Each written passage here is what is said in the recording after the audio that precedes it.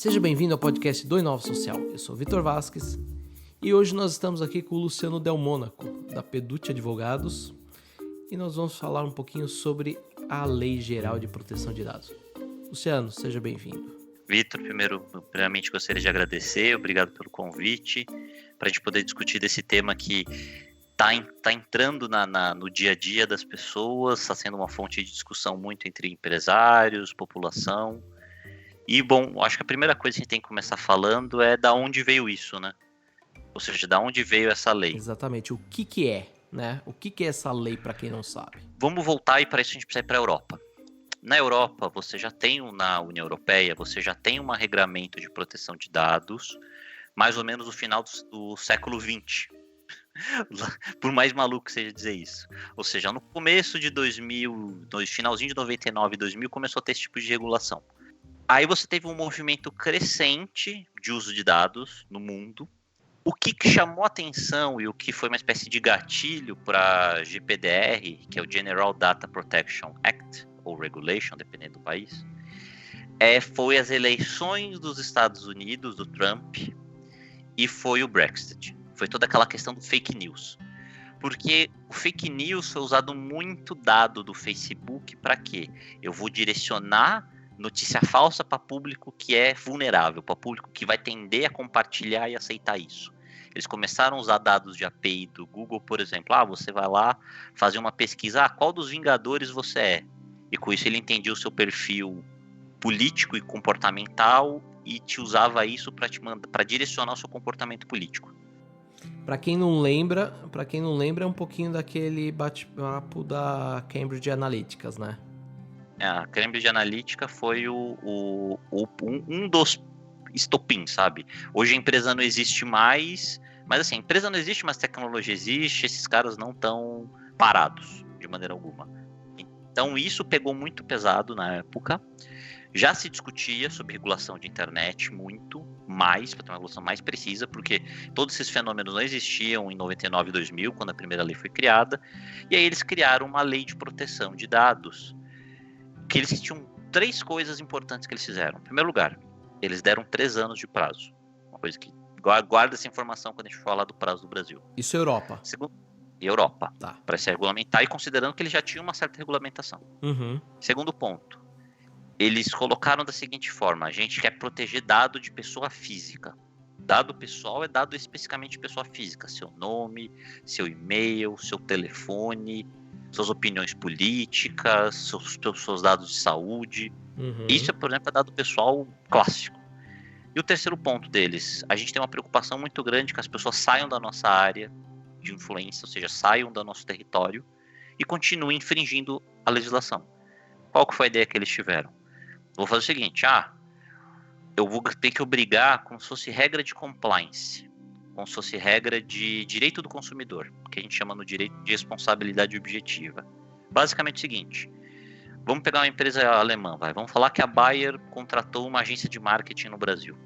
E essa agência de marketing no Brasil violou a Lei Geral de Proteção de Dados porque usou dados de cidadãos europeus, ou dados, por exemplo, que vieram da Europa, do território europeu, estava dentro das categorias, ou seja, uso indevido de dado captado sem consentimento, sem contrato, sem amparo legal. Mas não estando lá, né? Não estando lá. A Europa, por exemplo, a agência europeia, ela não, e com relação às suas autoridades nacionais, não vai multar a agência de marketing digital no Brasil, porque está fora do território dela. O que é que eles fazem? Eles multam a Bayer, para que a Bayer venha para o Brasil e acerte ela.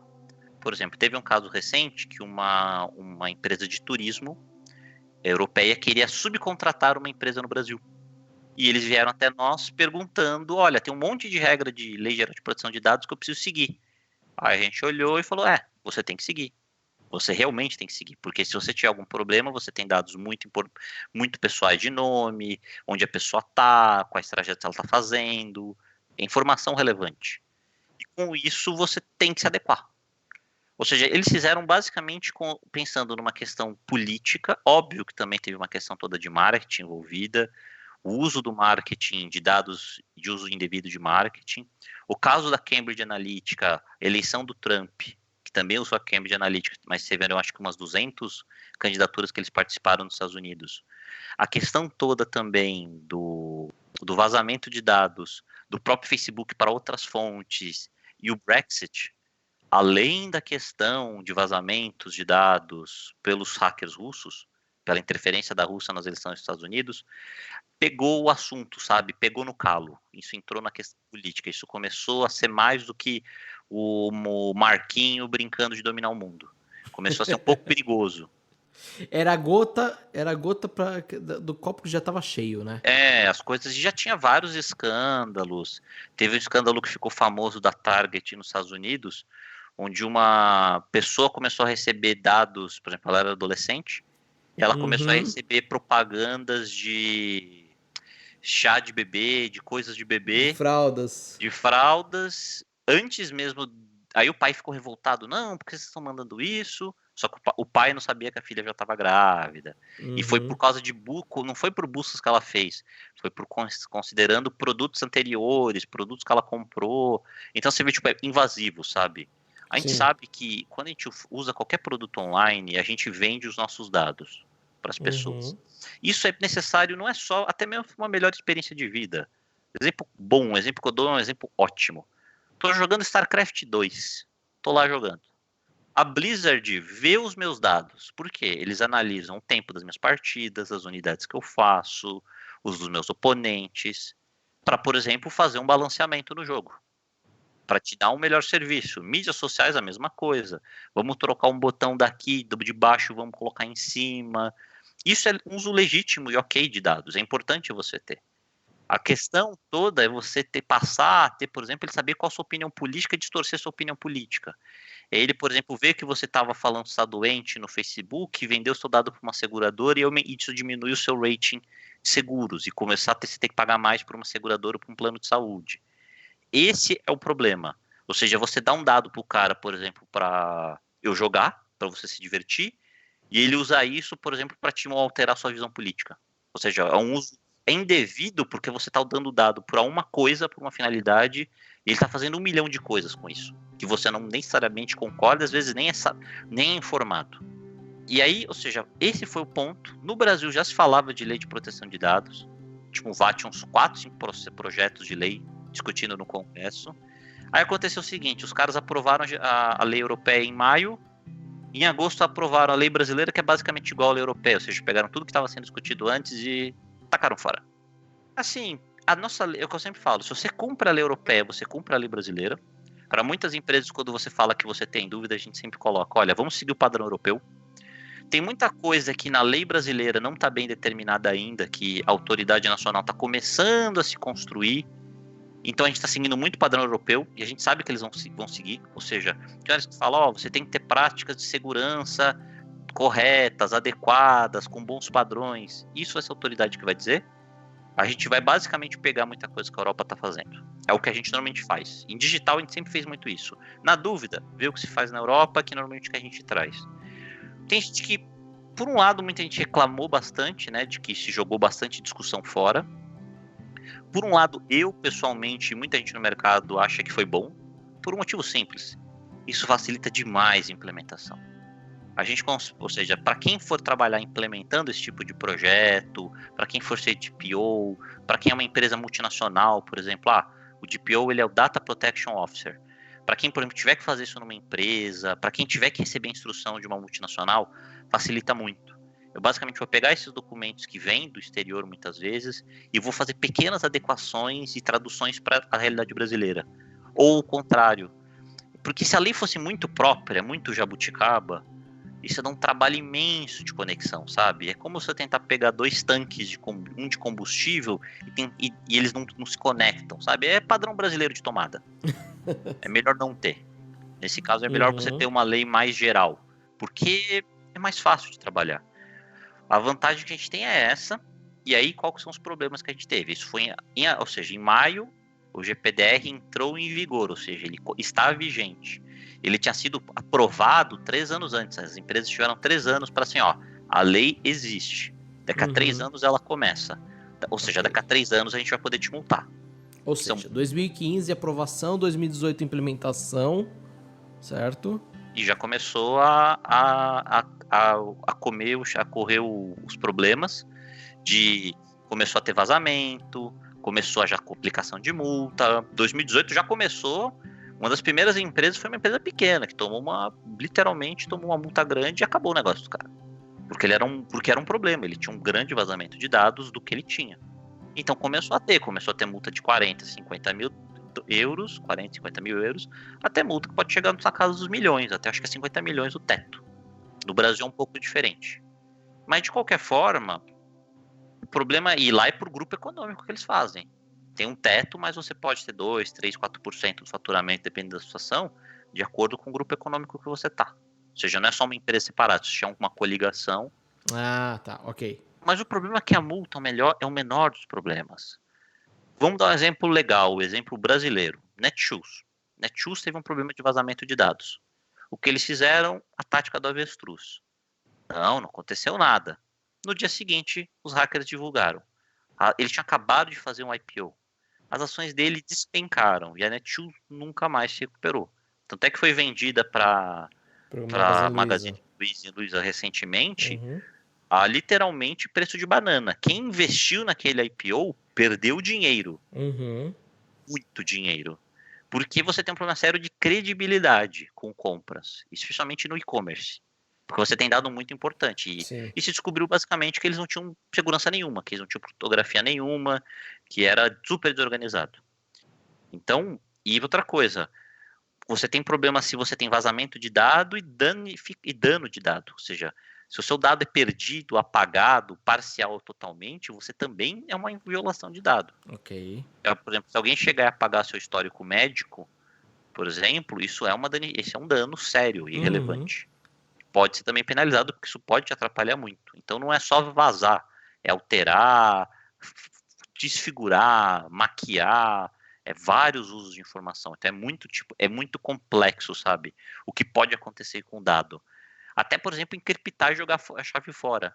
Isso é, por exemplo, uma violação. Se você deixar um hacker entrar no seu servidor, ele encriptar os seus dados. E sequestrar? Acabou. Sequestrar? Acabou, você está tendo uma violação de dados, porque a pessoa não consegue pedir essa informação. Entendi. Luciano, vamos voltar, vamos dar um passo atrás nessa história, vamos tentar explicar aqui para o ouvinte o que a gente compreende aqui no Brasil como dados pessoais, tá? Eu acho que é legal a gente explicar, porque você deu vários exemplos aqui e talvez para quem esteja escutando aqui, seja maluco, porque praticamente tudo é dados pessoais ou não, o que... É que assim, o dado pessoal, como é que a gente costuma trabalhar? Assim, a nossa definição é muito parecida com a definição da Europa. Então, basicamente, é a mesma coisa, né? Dado pessoal aqui, a gente coloca informação relacionada a uma pessoa natural, ou seja, uma pessoa física, que ela está sendo identificada ou ela é identificável, ou seja, tem um nickname ou um IP, mas eu sei quem é. E aí a gente consegue entender dados, por exemplo, origem racial, étnica, convicção religiosa, opinião política, filiação a sindicato, filiação em caráter religioso, filosófico, político, dado referente à saúde, vida sexual, genético, biométrico. Isso é literalmente uma descrição da lei. Eu li basicamente o que a lei fala. Ou seja, é quase tudo. Sabe? Então, assim, para dar um bom exemplo, o que é uma coisa e o que as exceções são? O dado que ele é anonimizado, o dado que você não consegue mais se identificar com alguém, ou dado de empresa. Por exemplo, eu tenho uma empresa, vazam, por exemplo, quanto é meu faturamento, isso não é dado pessoal. Então você não tem um problema de vazamento de dado pessoal. Mas vazam a minha folha de pagamento de salário. Aí eu tenho um problema. Porque eu estou vazando os dados dos meus funcionários. Outra questão, para dar um exemplo, dado que eu não posso dar. Eu não posso falar, o Luciano e o Vitor ganham, por exemplo, 10 mil reais por mês. Mas eu posso vir a falar, as pessoas que moram na região do Luciano e do Vitor tendem a ganhar, na média, 10 mil reais por mês. Isso é um dado anonimizado, essa segunda versão. Isso é um dado que pode ter. Ou até mesmo, por exemplo, eu acho que tem uma discussão que também exemplifica isso. Também em 2018 a gente teve um caso que aqui em São Paulo a linha 4 amarela ela foi proibida de captar a imagem, porque ela captava a expressão facial das pessoas, né, dos usuários do metrô, e dava lá uns dados sobre o humor, né, de quem estava usando o metrô. Ela foi proibida de fazer isso, teve uma multa até, agora eu não lembro em que pé ficou esse processo, mas na época se disse muito que era muito mais fácil se fosse dados mais, não genéricos, mas como você falou que anonimizados. Isso, que seria, por exemplo, por questão de calor, movimentação, aí eles não teriam sido enquadrados, né, nessa questão. Lembrando que a lei ainda nem estava em vigor aqui no Brasil, a lei né? É que assim, aí entra duas coisas. Esse exemplo que você deu é um caso clássico de dado sensível. É um problema sério porque viola muito a sua privacidade. Porque assim, isso você não tá medindo, que nem você falou, que você consegue medir, assim, a discussão mas é pra gente medir tráfego. Não, para medir tráfego você tem catraca, você tem dados de calor, você análise de pico, você não precisa ter uma foto minha no seu banco de dados. São coisas diferentes. Então, você não anonimizar, a grande questão é tem dado que você precisa, tem dado que você não precisa, e o ideal é que você trate com dado anônimo. Você sabe que uma pessoa entrou e você fez um controle, por exemplo, por catraca. Aí que você falou que a lei não estava em vigor. O que acontece? O Brasil é um país muito criativo. E promotores e procuradores também são criativos. O que eles estão começando a fazer? Eles estão começando a aplicar multas, às vezes, com base em acordos prévios de, por exemplo, termos de ajustamento de conduta, ou quando a empresa já tem algum tipo de infração, ou com base na própria legislação de defesa do consumidor. Ou, por exemplo, até no caso da linha 4, com certeza deve ter sido questões mesmo de privacidade da própria Constituição. Então eles costumam usar essas bases legais e aí eles falam, não, a lei não está em vigor, mas eu vou usar a referência da lei para te enquadrar. Tá, entendi. Tipo assim, eu uso assim, a situação que seria indevida pelo que a lei diz, ela não está em vigor, eu não vou te dar a multa que a lei prevê, mas eu vou te dar uma outra multa. Com outro argumento, eu vou pegar em outro lugar essa multa. Sim. Fizeram isso, por exemplo, do Banco Inter, que eles tiraram uma multa, eu acho que 1,5 milhão por vazamento de dados de 20 mil pessoas. Eles foram multados pela questão de consumidor. Eu acho que, se não me engano, eles já tinham até um termo de ajustamento de conduta, ou seja, eles já tinham alguma questão com o Ministério Público, tanto que eles assinaram um termo de, basicamente, eu vou ficar adequado, eu vou me ajustar, e não se ajustaram. E aí tomaram a multa com base nisso, mas usaram como base para falar que teve um vazamento as definições da lei. É o povo brasileiro, um povo muito criativo, ainda mais na área jurídica. Porque a lei no Brasil, ela não está ativa. Eu não posso tomar uma multa pela lei de proteção de dados, ainda. Mas qual que é o problema? Já dá para você fazer essas jogadas, e já está acontecendo. Não, e aí a gente cai numa outra questão, que é o prazo final, né? Que eu acho que isso vale falar um pouco, que foi o que você falou, guarde esse dado, né? Lá na Europa a gente demorou 3 anos da aprovação até a implementação, e aqui no Brasil como que foi? Aqui no Brasil são 18 meses. Antes disso tem que falar um detalhe. Recentemente o escritório estava organizando um evento com um parceiro e veio de convidados para esse parceiro 2 pessoas do exterior. Veio o Mark e o John. O John é da Data Shepherd, que também é uma empresa também de segurança de dados, e o Mark é da VPM. A VPM é uma empresa que é um software que você utiliza para você fazer gestão de implementação de projetos de GPDR. Ok. Tanto que nós estamos trabalhando muito com isso para facilitar essa gestão, aprovação de documento e tudo mais.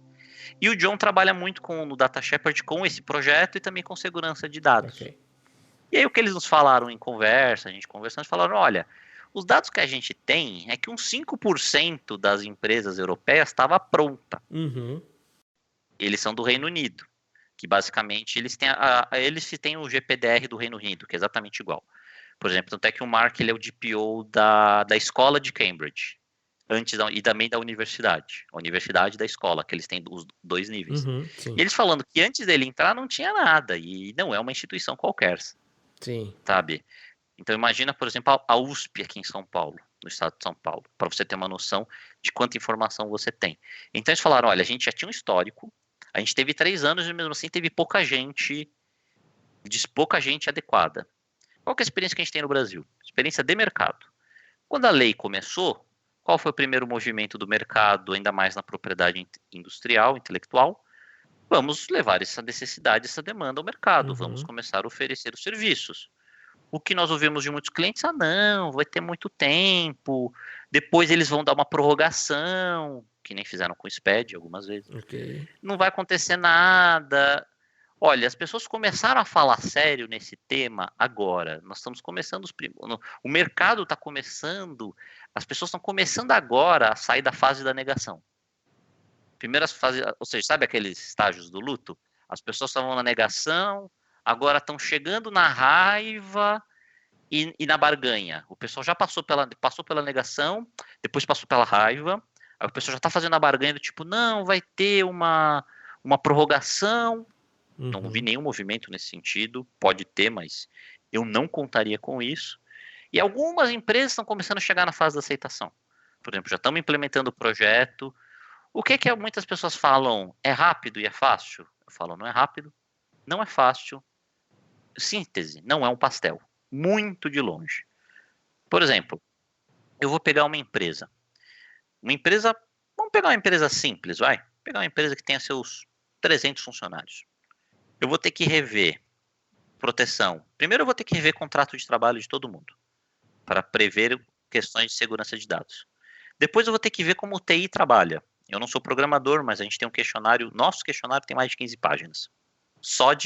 É o questionário inicial, só para você ter uma noção. Que vai de perguntas desde como você criptografa dados, se você tem tecnologia, se o TI é terceirizado, até perguntas bem específicas do tipo, o seu dado criptografado é o dado que está em produção, ou seja, está vivo, é o dado que está em backup, é o dado que está no computador de alguém.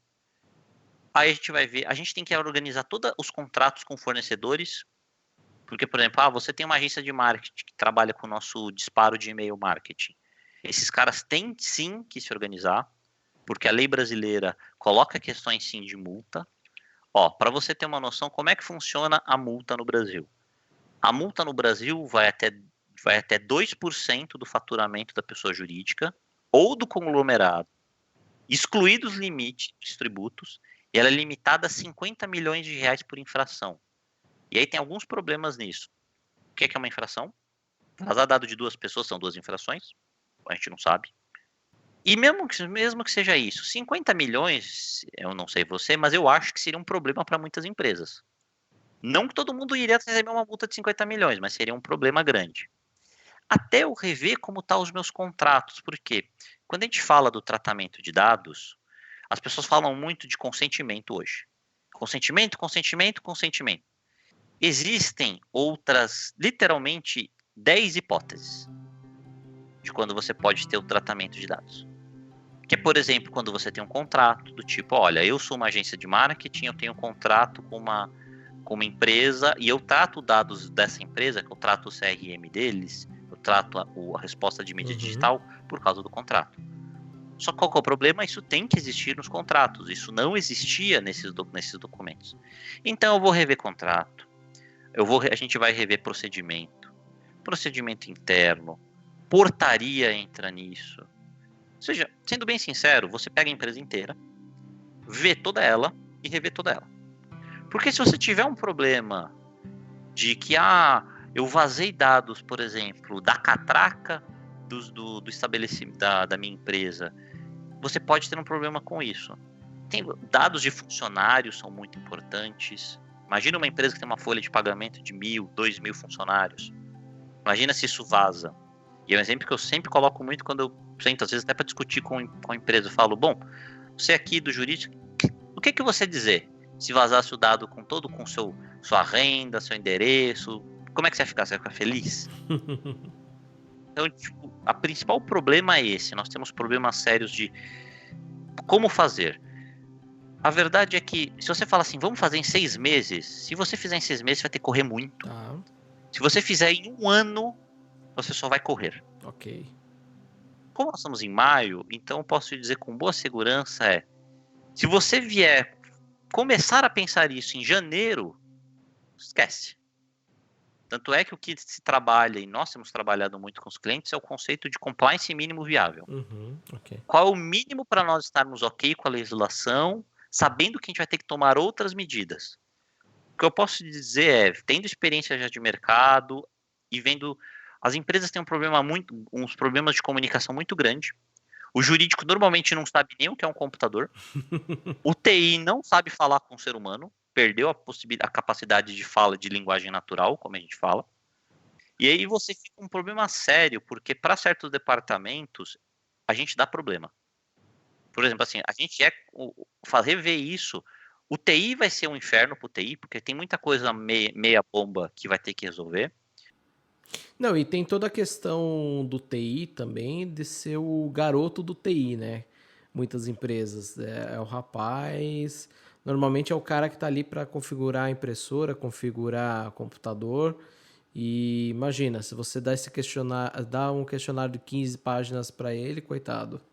Você não tem ferramenta, as empresas muitas vezes assim, é aquela coisa. Eu sempre falo quando as pessoas falam a questão de TI, manutenção, cai todo mundo mais ou menos jurídico, cai todo mundo naquela vala comum. Se você tem um problema, você espera o problema, e aí entra aquela mentalidade brasileira de esperar o problema acontecer.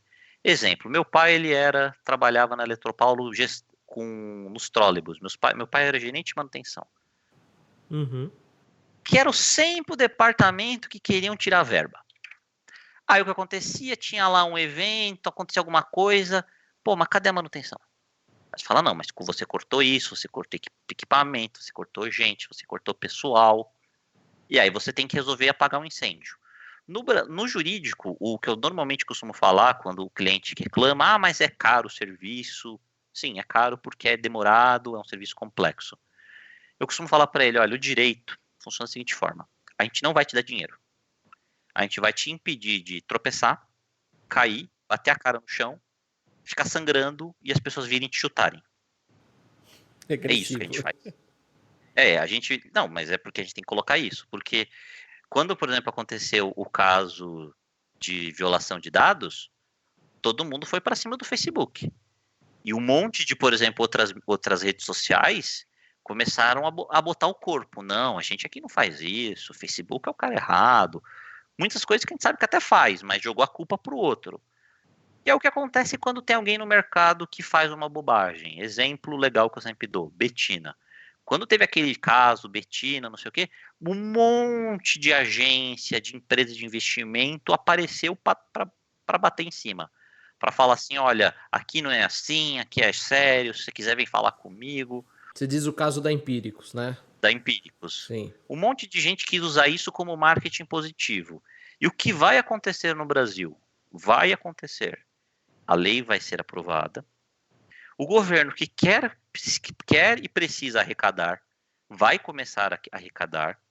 Vão pegar meia dúzia de empresas para serem os bodes expiatórios. Vão pegar algumas empresas a dedo para investigar e vão achar os problemas, porque as empresas estão muito fragilizadas em geral. E aí você vai ter gente que vai ser esfolada em praça pública.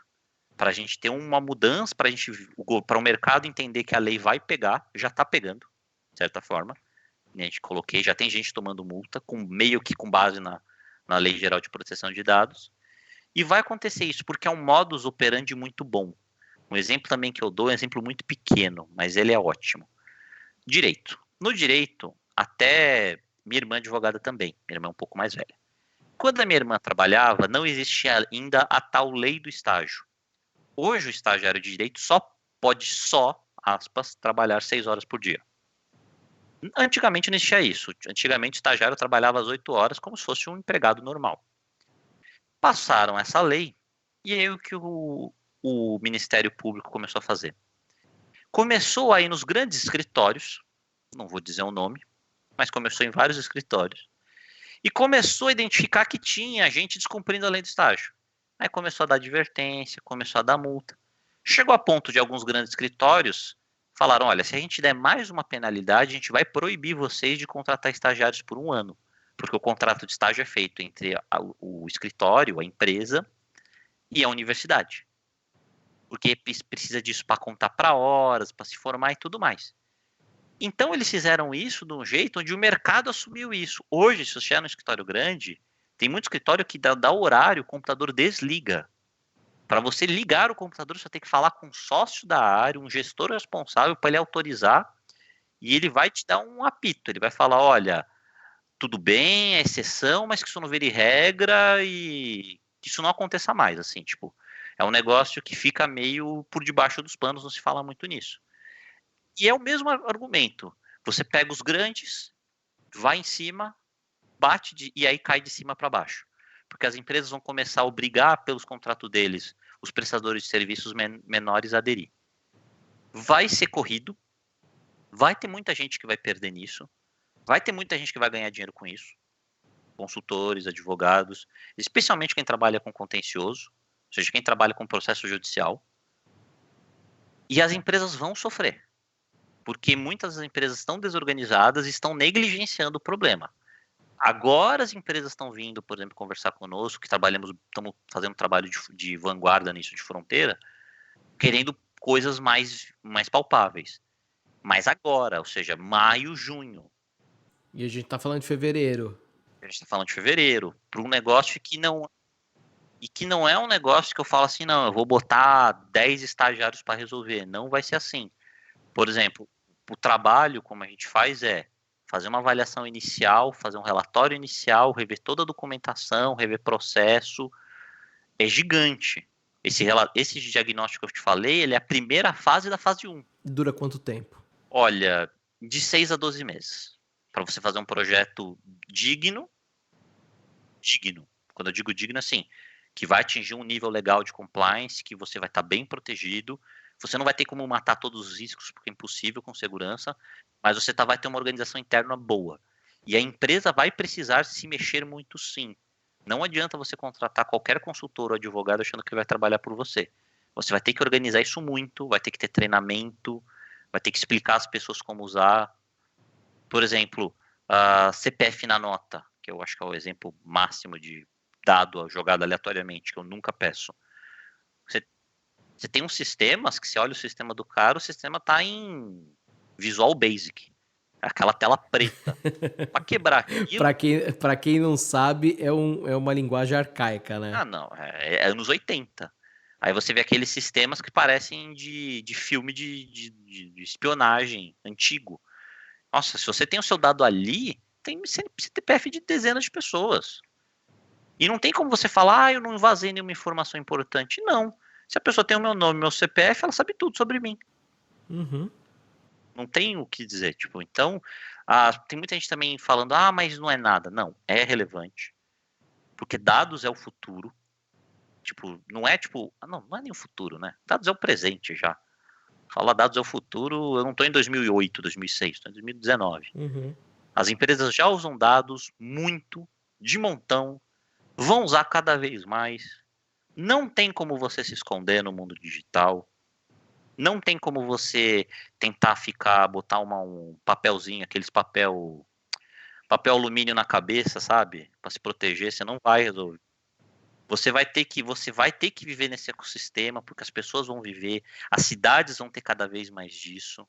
A China, por exemplo, está fazendo coisas assim ridículas de gestão, de controle das pessoas, e dados vão ter a melhor ferramenta para isso. Tem um lado muito bom, que é você vai ter produtos cada vez melhores, ofertas cada vez melhores, descontos cada vez melhores, mas por outro lado você tem essa questão social, que essa é a preocupação da lei. Eu vejo que não vai ter negócio que vai deixar de existir por causa disso. Você vai precisar se reorganizar. A única coisa são esses usos cinzas, tipo Cambridge Analytica, sabe? Vender para chantagem. Ou seja, usos ilegais de dados. Usos que se você olhar e falar, não, olha, é errado. Mesmo que não tenha uma lei dizendo que é errado, você bate o olho e fala, não, isso aqui é errado. Você já sabe que é errado. O uso, assim, tipo, não tá, como a gente tem direito, tipificado em crime, mas você sabe que não, isso não é certo. Você deu o exemplo da China, tem um exemplo na Índia, que um jornal local lá deles, eles conseguiram comprar dados, o acesso à plataforma de dados biométricos, porque na China eles têm os dados biométricos registrados dos cidadãos, por 8 rúpias. Por 8 rúpias, não, não lembro quantas rúpias, mas davam $8. Você conseguia comprar o acesso. Então, enfim, nós estamos falando de dados biométricos. Esse é o dado. Por exemplo, não tem problema quando você fala assim, eu vou fazer uma consulta numa Serasa Experian para saber se essa empresa é boa. Não, eu estou comprando dados, mas são dados de uma empresa, para questões comerciais, para questões de análise de crédito. Ok, ótimo. Se você, eu quero oferecer um serviço, eu peguei um dado de uma da Serasa e liguei para um dono de um estabelecimento para oferecer um serviço. Tudo bem, não tem problema, é um telefone comercial, é um dado comercial. O ruim, por exemplo, é ligar um robô na sua casa, porque ele pegou o teu mailing, por um mailing que ele sabe, se lá Deus, onde ele conseguiu, e ele fica enchendo a sua caixa de dados com bobagem, com coisa que você não quer, fica te mandando e-mail fazendo o que a gente chama de phishing, né, que é tentar te enganar com dados falsos, do tipo, sua conta expirou, clica aqui e recoloque sua senha. Sim. Usar isso para distorcer sua visão política, começar a te mandar informação que nem fizeram na Cambridge Analytica para te direcionar para um lado ou para o outro, ou seja, começar a te distorcer politicamente sem você perceber. Não é que você assina uma revista, entendeu? Eu assino uma revista que é mais de direita, mais de esquerda, então vou receber um conteúdo. Não, é um conteúdo que aparece para você de forma espontânea, você não sabe de onde vem, só que a pessoa está tentando te desviar o seu viés político. Isso é problemático. E é isso que vai tentar combater. É perfeita a legislação? Não. A legislação está sempre uns 2 ou 3, ou até uns 4 passos atrás do mundo. Porque a lei funciona assim. O direito é um pouco lento, porque senão a gente vê as coisas muito rápidas acontecendo. Então, assim, a nossa lei ela já nasce com algumas dificuldades. Agora, eu acho importante também para deixar claro só o que está faltando, assim, no Brasil. O que está faltando no Brasil? Falta a Agência Nacional de Proteção de Dados ficar mais estabilizada. Ela foi criada no final do governo Temer por uma medida provisória. Super recente. Então ela está começando a se enquadrar, super recente. Ela está começando a se configurar os nomes. Aí com isso a gente vai começar a criar os guidelines, as guias, as referências do que é boas práticas. Do que são boas práticas de mercado, do que nós precisamos trabalhar, do que é considerado assim, olha, você fez tudo o que você poderia fazer, mas mesmo assim você teve uma infração, uma violação. E isso é considerado na hora de, ao invés de dar uma multa, você dá só uma advertência, e coisas do gênero, dá uma multa muito menor. Então, esse tipo de coisa está faltando. Nesse meio tempo, o que a gente vai fazer? Vamos usar tudo que tem de referência europeia, e na dúvida, a gente ouve o pessoal do TI. Qual é a forma mais segura? E fazer o balançamento de riscos. Você é impossível ter proteção 100% e barata. Às vezes você vai ter que entender, olha, o meu risco é baixo por tais motivos, eu assumo esse risco, mas eu tenho um nível de proteção que eu entendo mínimo. E para só concluir, como até o John estava comentando, que ele trabalha muito com segurança, tem equipes de outros países que trabalham em equipes de inteligência, ele fala, gente, eu só digo isso para meus clientes, vamos ser melhor que a média. Porque tem muita gente ruim. Se a gente for melhor que a média, acabou. A gente está protegido. Legal. Luciano, para a gente ir concluindo, a gente sabe que, enfim, esse tema ainda vai se discutir muito. Foi o que a gente falou. A gente tem aqui o prazo final do dia 16 de fevereiro de 2020, está logo aí. Agora as empresas muitas empresas ainda estão acordando, algumas ainda nem sabem dessa lei, porque ainda não foram atrás, enfim, não estão atentas. Eu gostaria de jogar uma pergunta aqui e pedir para você, enfim, concluir aí o seu pensamento, que eu acho que você levantou alguns pontos super interessantes.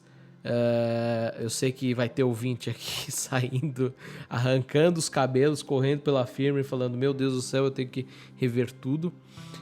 Mas como que você vê como que você vê o cenário pós essa implementação? Como que você acha, se você fosse para chutar aqui um risco sobre o futuro, como que você veria isso? E aí eu deixo para você concluir o nosso bate-papo de hoje. Primeira coisa que você falou, realmente tem muita coisa. A gente literalmente arranhou o iceberg. Tem muita coisa técnica e tem muita coisa que quando você começa a fazer, você começa a puxar, vira um novelo, sabe? É que nem cavar areia. Você começa com uma visão e quando você percebe tem muita coisa embaixo. Tem muita questão jurídica que ainda não está 100%. Ou seja, que ainda existem dúvidas, questionamentos e questões técnicas de como a autoridade vai fazer. Então, ou seja, a gente já está num certo momento de incerteza. Sobre o cenário futuro. O cenário futuro eu vejo que vai ser muito parecido com a lei de compliance e de compliance anticorrupção nas empresas. Vai virar uma espécie de padrão mínimo de segurança e de qualidade para as grandes marcas e para as grandes players de contratação. Ou seja, se você não tiver isso, você nem vai entrar numa contratação.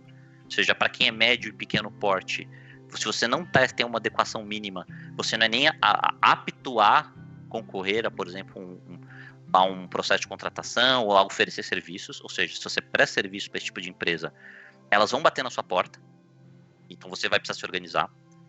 Se você é muito pequeno, você não vai ser tão atingido assim. É menos provável de você ter um vazamento.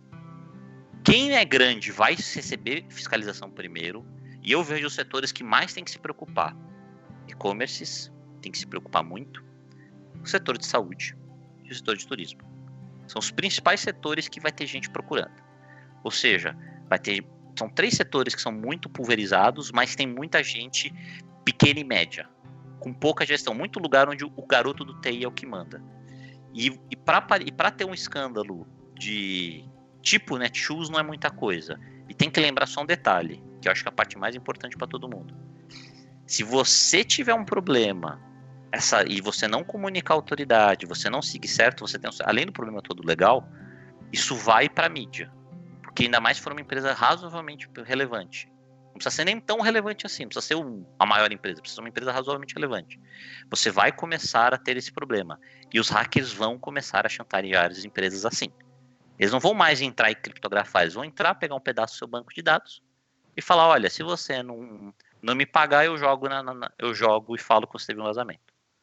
Então, assim, vai ter muita gente usando isso e eu vejo que para os perfis grande empresa, vocês vão receber investigação, vocês vão receber algum tipo de contato, vocês estão na linha de frente. Média e pequena empresa, se você presta serviço para empresa grande, você vai vir na cadeia. Você está como se fosse ele, você vai automaticamente seguir. Pequena empresa, média empresa que trabalha, por exemplo, para pessoa física, você não vai ter um policiamento tão rápido e tão ágil. Mas você vai ter essa questão de que você vai perder esse selo de qualidade, sabe? É quase como ter ISO para alguns segmentos. Quem não tem ISO simplesmente não atende. E você tem o sério problema de que a internet é muito volátil. Então você pode, da noite pro dia, passar nos trending topics. E aí você vai ter um problema sério. E aí, como diria o Tautema John conversando, não me liga às 3 da manhã para falar que você teve uma invasão de dados e um vazamento. Porque não vamos resolver isso da noite pro dia. Não dá para resolver. Perfeito. Luciano, eu queria agradecer a sua participação. Eu acho que...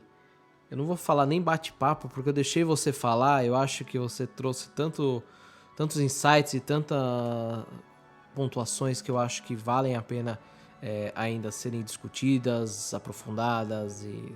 Então, assim, hoje eu deixei um pouco você... Eu me tornei ouvinte também, apesar de ter feito algumas perguntas na nossa conversa. Eu acho que para o ouvinte, a gente tem aí uma série de coisas ainda a serem trabalhadas e, novamente, queria agradecer a sua presença. Não, que é isso, agradeço o convite e estamos sempre à disposição. Se quiser conversar outros assuntos relevantes ou até aprofundar esse tema, que tem muita coisa ainda para se conversar, só chamar. Obrigado. E o ouvinte, a gente se vê no próximo podcast. Até lá. Tchau.